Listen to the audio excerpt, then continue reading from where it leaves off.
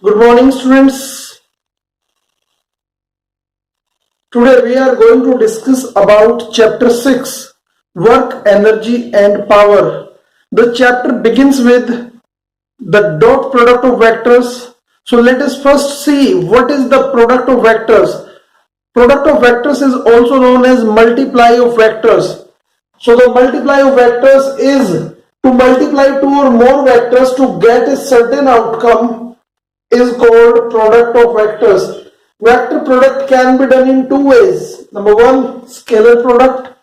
This is also known as dot product. This is also known as cos product or cosine product. Number two, vector product or cross product or sine product.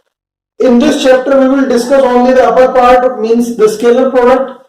In chapter 7, we will discuss the vector product because this part is relevant to this chapter and the vector product is relevant to chapter 7. So what is a scalar product or dot product? If outcome of the multiply of two vector is a scalar quantity, then the product is called scalar product. Since it is denoted by a dot sign, so this is also known as dot product. We can say vector A dot vector B can be written as magnitude of vector A multiplied by magnitude of vector B multiplied by cos of the angle between the two vectors that we call theta. We can call it AB cos theta. A simply is the magnitude of vector A, B is simply the magnitude of vector B, and cos theta is the cosine of the angle between the two vectors. See, these are the two vectors A and B, and theta be the angle. Now, one thing to keep in mind, these two vectors are also have one more angle that I have shown. Which angle we have to consider? Which one be the theta? Theta be the smaller angle between the two vectors. These two vectors are connected with these two angles, theta, and suppose I am calling it theta dash. So out of the two, which is relevant for the cos product or which is the relevant for dot product? The shorter angle, the angle which is smaller between the two vectors. So we can say theta is the smaller angle between the two vectors. So again I can write AB equal to AB cos theta. Examples in physics, the relevant examples are F dot S, force into displacement, becomes work. So force is a vector, displacement is a vector, but work is a scalar. So it is an example of dot product. Power equal to force dot velocity. Force is vector, velocity is vector. Dot product of these two vectors becomes a scalar quantity that we call power. Similarly, in class 12 you will study electric field times area becomes flux. So this is what flux, scalar quantity, electric field is a vector quantity, and this is surface area. This is again a vector quantity. So these were few examples related to cos product or dot product or scalar product. Now finding the angle between the two vectors. How shall we find the angle between the two vectors? We know vector A dot vector B becomes equal to AB cos theta, and cos theta becomes equal to vector A dot vector B divided by AB, any dot product of the two vectors divided by their magnitude mutually, product of their magnitude. So theta can be written as cos inverse vector A dot B divided by AB. We will find the angle in the practical examples later. Now we see the properties of dot product. What are the properties of dot product? Dot product is a commutative product, means we can say vector A dot vector B is equal to vector B dot vector A. Both are the same. Similarly, A dot B, it is not associative. Dot product is not associative, means vector A dot B dot vector C is not equal to vector A dot B dot vector C. Reason is that all the magnitude is going to be same, but this vector, this will be a vector because this will generate a scalar and this will be a vector. So this vector C multiplied by some scalar, will be having direction in vector C. This vector A multiplied by some scalar will be direction in A, yani direction of vector A. So this way these two are not going to equal. Similarly, property number 3, distributive property. Dot product or scalar product is a distributive product also. Yani if I say vector A dot vector B plus C, then it can be equivalent to vector A dot vector B plus vector A dot vector C. Property number 4, dot product of mutually perpendicular vectors is 0. Two mutually perpendicular vector अगर हैं तो उनका dot product necessarily 0 होगा, because cos 90 की value 0 हो जाती है. Property number 5, if two vectors are mutually parallel then the dot product of two mutually parallel vectors is maximum and is equal to the product of the magnitude of the two vectors. We can say if vector A is parallel to vector B, then it means theta will be 0. Two parallel vectors are at 0 degree and cos 0 will be plus 1. So we can say vector A dot vector B will be equal to AB cos theta, but cos theta already has become plus 1. So we can say vector A dot vector B equals to plus AB, and this value is a maximum positive value of the product of two vectors. If two vectors are anti-parallel, then dot product of two mutually anti-parallel vectors is minimum, because if vector A is anti-parallel to vector B, this sign belongs to anti-parallel. If one is going up, then other is going down, or vice versa, then theta will be 180 degree. दोनों के बीच का angle 180 degree होगा, and हमें पता है cos 180 is -1. So we can say vector A dot vector B will be minus AB. This is minimum negative value. This is the minimum value of all the dot product of these two vectors. So that this is maximum negative. Number 7, dot product of a vector to itself. Yes, self dot product of a vector is equal to the square of the magnitude of the same vector. Let us see. Vector A dot vector A equal to A cos 0, because vector A is parallel to vector A itself. So angle between these two vectors will be 0. So A cos 0 and cos 0 will be plus 1. So I can say vector A dot vector A equal to A square. Yani I can say self dot product of a vector is equal to the square of the vector magnitude. Now dot product of unit vectors or base vectors I cap, J cap, K cap, इनका dot product कैसे लिया जाता है? दो चीजें आपको याद रखनी है. Dot product of similar unit vectors is 1 and dot product of assimilar unit vectors is 0. So dot product of similar unit vectors is 1. Yani I can say vector I cap dot vector I cap will be equal to vector J cap dot vector J cap equal to vector K cap dot vector K cap, and all is equal to 1. Once again, vector I cap का magnitude होता है 1, vector J cap का magnitude भी होता है 1, vector के cap का magnitude भी होता है 1. वेक्टर आई कैप के पैरेलल होगा, यानी एंगल 0 माना जाएगा. तो अगर मैं आई डॉट आई की बात करता हूं तो 1 into 1 into cos 0 यानी 1. This will be a perfect unity, so it is what 1. Dot product of two different unit vectors is 0. अगर डिफरेंट यूनिट वेक्टर्स हैं तो उनका डॉट प्रोडक्ट 0 आता है.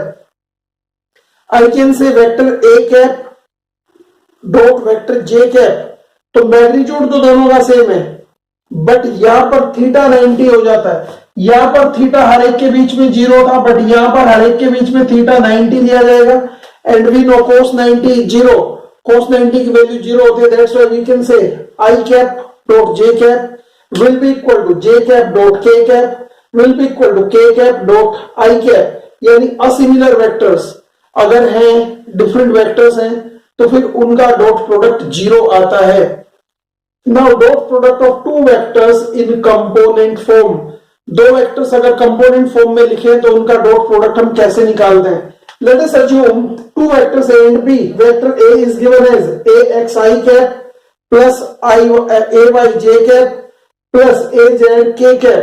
Similarly, vector b equal to bx I cap, by j cap and bz k cap. Now how to find out vector a dot vector b? जब मैं vector a dot vector b करने जाता हूं तो दोनों vector को मैंने लिख लेना है as it is ax I cap plus ay j cap plus az k cap dot bx I cap plus by j cap plus bz k cap. Now हम जब मल्टीप्लाई करते हैं ऐसे केस में तो ax I कैप की value पूरे इसके साथ मल्टीप्लाई होगी, फिर ay j कैप की वैल्यू पूरी इसके साथ मल्टीप्लाई होगी. तो मैं यहां पर तीन रो बना रहा हूं. एक रो में मैं ax I कैप की वैल्यू मल्टीप्लाई करूंगा टू द सेकंड टर्म, दूसरी रो में ay j कैप की वैल्यू मल्टीप्लाई करूंगा टू द सेकंड टर्म, और तीसरे टर्म में मैं तीन लाइन बनाऊंगा यहां पर. तो पहली लाइन ax I कैप, तो ax bx मैंने एक तरफ निकाल लिया, I cap dot I cap plus ax की इस टर्म के साथ, तो ये बनेगा ax by और I cap dot j cap plus यहां पर मैंने बनाया ax की multiply ax bz I cap dot k cap plus अब मैं सेकंड टर्म की मल्टीप्लाई कर रहा हूं.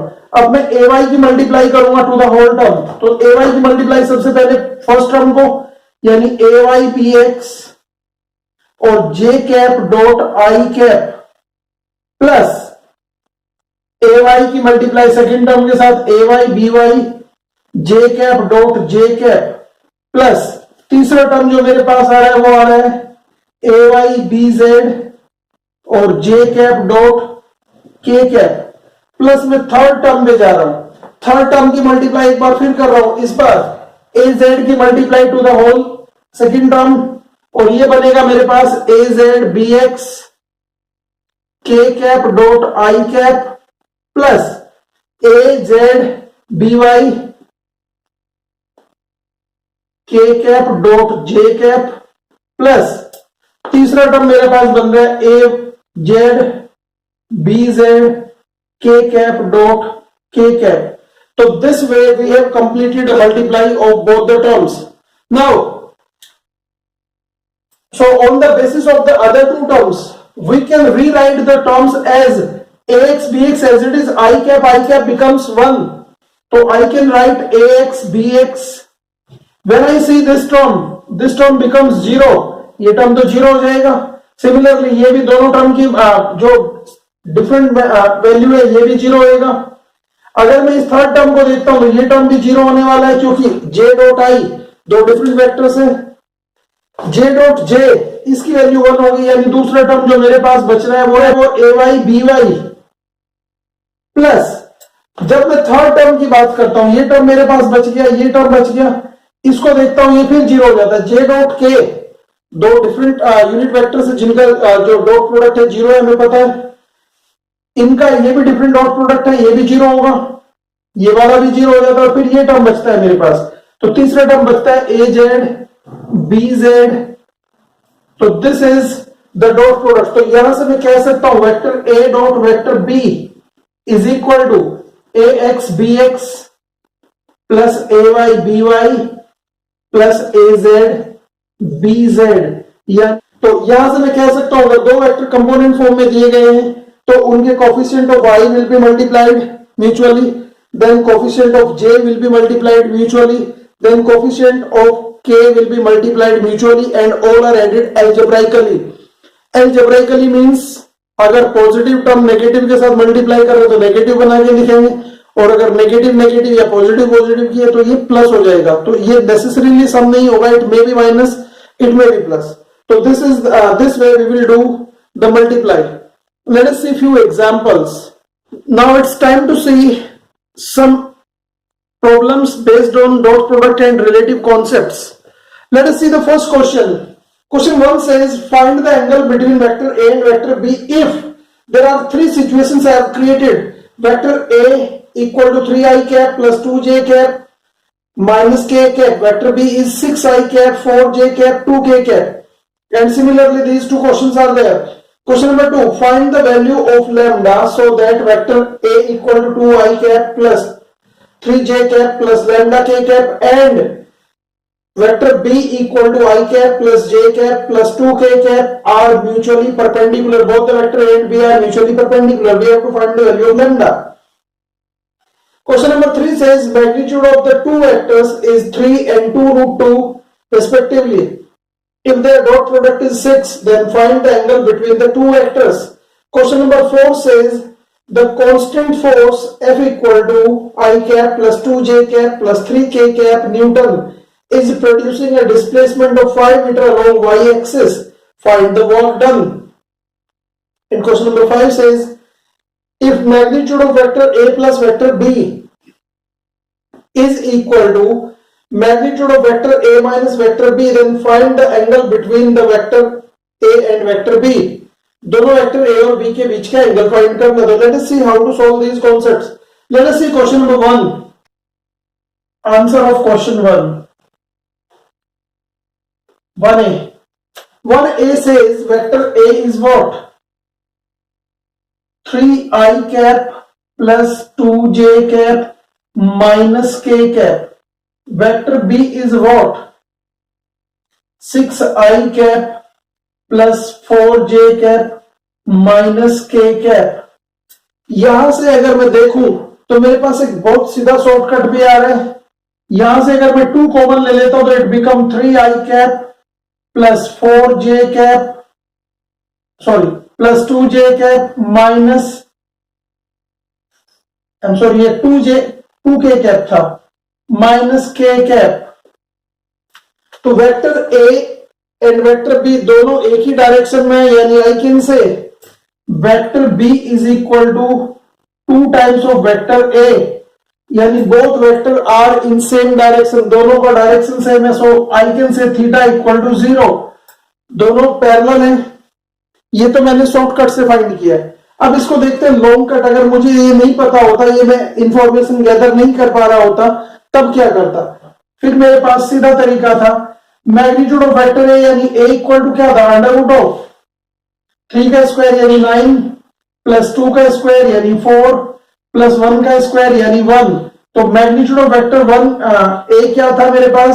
ये आता root 14. Similarly magnitude of vector B यानी बी का मैग्नीट्यूड क्या था? स्क्वायर ऑफ दिस टर्म यानी 36 plus square of this term यानी 16 plus square of this term यानी 4, यानी it has become what? 36 plus 4 40 plus 16 यानी 56. और आई कैन से 14 4 जा 56 होता है, यानी आई कैन से 2 रूट 14. ये आया magnitude of vector B. Dot product vector A dot vector B कैसे निकालते हैं हम? Dot product of vector A and vector B हमें पता है, जब दो वेक्टर कंपोनेंट में दिए होते तो आई वाले कंपोनेंट आई के साथ, तो 6 3 जा 18 प्लस 2 4 जा 8 प्लस माइनस माइनस दोनों का प्लस आएगा प्लस 2, तो it is going to be क्या? 18 यानी 28. तो 28 is going to come the dot product. हमें पता है एंगल फाइंड के लिए cos थीटा इक्वल्स टू होता है vector A dot vector B divided by A B. And this way you will see A B is what? 28 and A is what? Root 14 multiplied by 2 root 14. तो 2 से ये 2 कटेगा, बन जाएगा ऊपर 14 and what comes 14 divided by 14 root 14 भी मेरे पास 14 ही रहेगा. तो दिस विल बी 1. और हमें पता है कोस में किस एंगल की वैल्यू 1 होती है? दैट इज कोस 0. और हमें पता है थीटा बिकम्स इक्वल टू 0, यानी मैं कह सकता हूं vector A is parallel to vector B. तो इस तरह से ये लॉन्ग कट था, वो मैंने आपको शॉर्टकट इंफॉर्मेशन बताई थी. Sometimes you are able to fetch it, sometimes no. तो this is the actual method. सबसे पहले जो दो वेक्टर का एंगल फाइंड करना है उनका मैग्नीट्यूड फाइंड कर लेते हैं. पहले वेक्टर ए का मैग्नीट्यूड फाइंड किया, वेक्टर बी का मैग्नीट्यूड फाइंड किया, ए डॉट बी यानी दोनों का डॉट प्रोडक्ट फाइंड कर लिया, और सीधा फॉर्मूला मेरे पास है cos theta equal to vector A dot vector B divided by A B. यहां से सॉल्व करके जो भी आएगा that will be the value of angle. तो the remaining 2 question you will do yourself. ये आपका होम असाइनमेंट है, इनको आप अपने आप सॉल्व करके देखें. Now we come to question number 2. Question number 2 को देखते हैं कैसे हम करेंगे सॉल्व। वेक्टर ए बताया इसने 2i cap plus 3j cap plus lambda K cap. Vector B बताया इसने i cap plus j cap plus 2k cap, यही बताया है। इसने कहा vector A dot vector B, vector A is perpendicular to vector B implies that vector A dot vector B must be equal to 0। अगर दो vector perpendicular है तो इनके बीच का जो डॉट प्रोडक्ट है वो 0 होना चाहिए, क्योंकि cos 90 अगर इनके बीच में cos 90 की वैल्यू 0 होती है।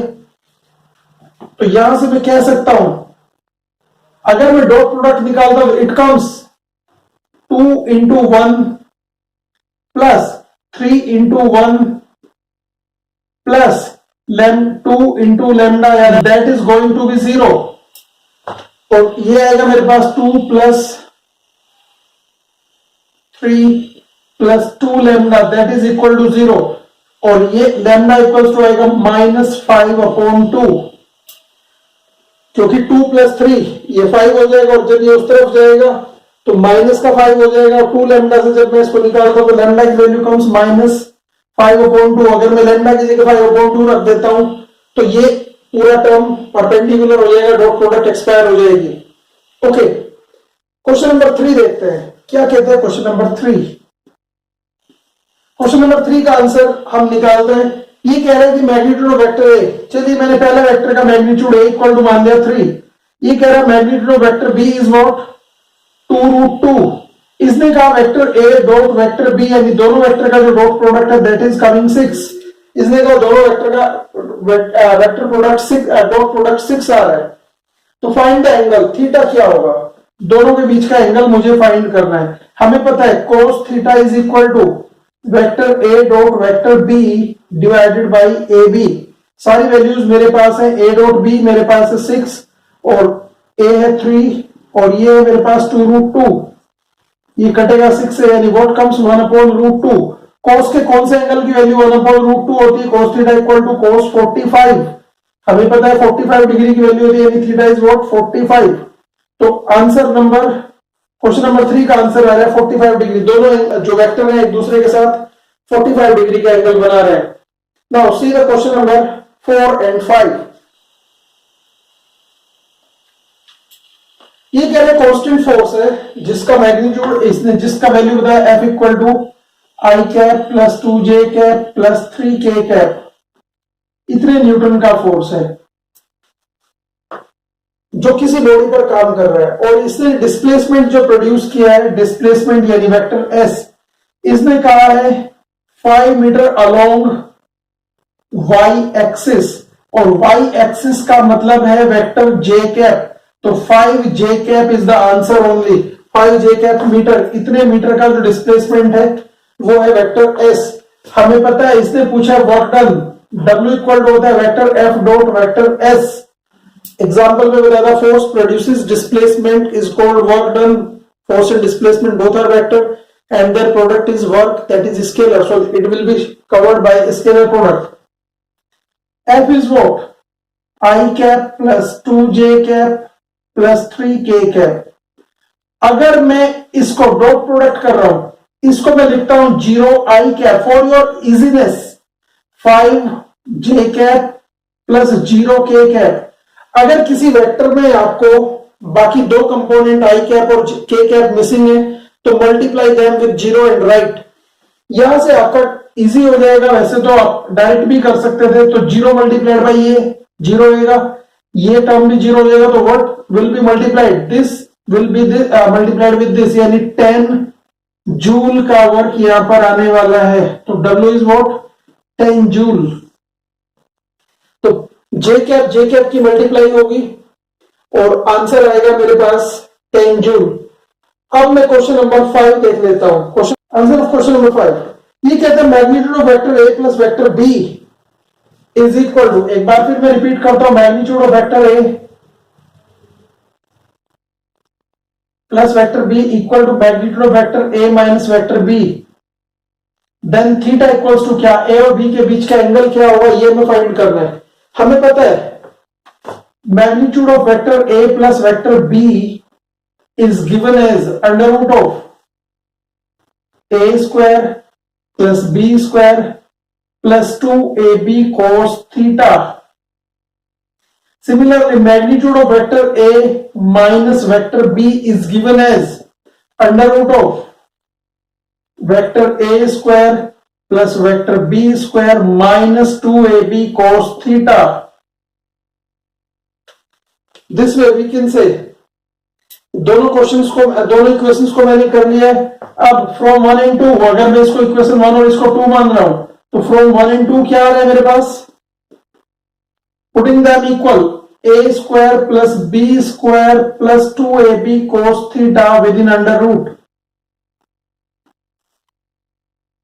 becomes equal to a square plus b square minus 2ab cos theta. What do we say? Squaring both the sides. Squaring and cancelling क्या होगा, स्क्वायरिंग मैंने पहले कर लिया. अगर दोनों साइड स्क्वायर करूंगा तो यहां से a square plus B square plus 2ab cos theta, it will become a square plus b square plus minus 2ab cos theta. A square से ए स्क्वायर कैंसिल हो जाएगा, बी स्क्वायर से B square cancel हो जाएगा, ये 2ab इस तरफ लेके आता हूं तो ये हो जाएगा प्लस का. तो what remains, I can say 4ab cos theta becomes equal to 0. इसने कहा दोनों वेक्टर जो है मेरे पास इस तरह से है. अब अगर ये सब 4 can not be 0, magnitude of A can not be 0, magnitude of b cannot be 0, that's why cos theta is going to be 0, यानी cos theta is coming 0, और cos theta 0 आ रहा है, इसका मतलब theta is coming 90 डिग्री, क्योंकि cos 90 की value 0 होती है तो theta is 90, यानी vector a is perpendicular to vector b. दोनों वेक्टर एक दूसरे के म्यूचुअली परपेंडिकुलर होंगे. So this is all about the dot product of the vectors. I hope you got the enough examples, enough prototype questions. This is all about today's class. Thank you for watching. Have a good day.